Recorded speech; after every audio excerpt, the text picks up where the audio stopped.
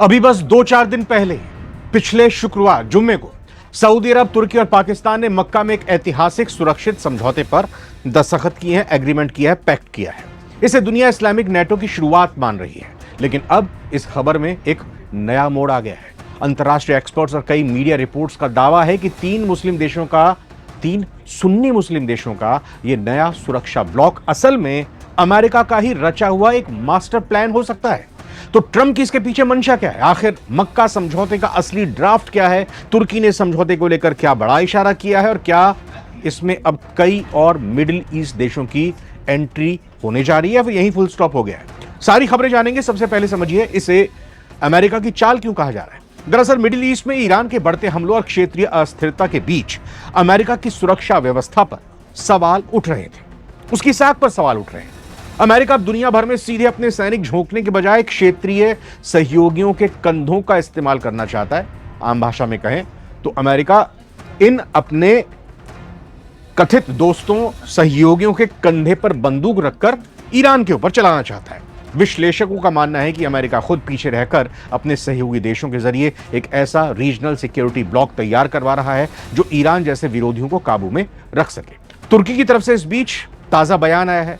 इस पूरी थ्योरी को अलग ही हवा दे दी है। तुर्की ने साफ संकेत दिया है कि मक्का समझौता केवल 3 देशों तक सीमित नहीं रहेगा, बल्कि आने वाले दिनों में मिस्र यानी इजिप्ट, जॉर्डन, अजरबैजान, सीरिया और कतर, कुवैत समेत खाड़ी के कई दूसरे देशों को भी इसके दायरे में लाया जाएगा। अब सऊदी अरब के राजनीतिक वैज्ञानिक मंसूर अल मार्जुकी के मुताबिक मक्का समझौता किसी बड़ी व्यवस्था की नींव नहीं है।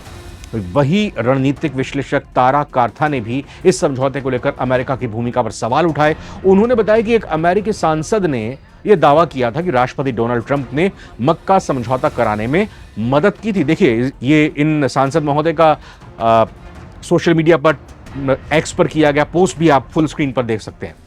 आपको बता दें कि अमेरिकी रिपब्लिकन सांसद जो विल्सन ने एक्स पर लिखा था कि सऊदी अरब, तुर्की और पाकिस्तान का आपसी रक्षा समझौता मिडिल ईस्ट में स्थिरता, शांति और समृद्धि को बढ़ावा देने के ट्रंप की कोशिशों का एक और उदाहरण है। इस बीच शिया विद्वान आगा सैयद जवाद नकवी के नेतृत्व में शिया मौलवियों ने इसे अमेरिका अरब की साजिश करार दिया है। उनका यह आरोप है कि समझौते का मकसद पाकिस्तान को ईरान युद्ध और आगे चलकर पश्चिम एशिया में होने वाले युद्धों में घसीटना है। मतलब जो पाकिस्तान मास्टर स्ट्रोक मानकर चल रहा है, ये पाकिस्तान के गले की फांस मुसीबत बनने वाला है। अगर ये इस्लामिक नेटो अमेरिका की शह पर वाकई आगे बढ़ता है तो इससे पश्चिम एशिया में शक्ति संतुलन पूरी तरह बदल जाएगा।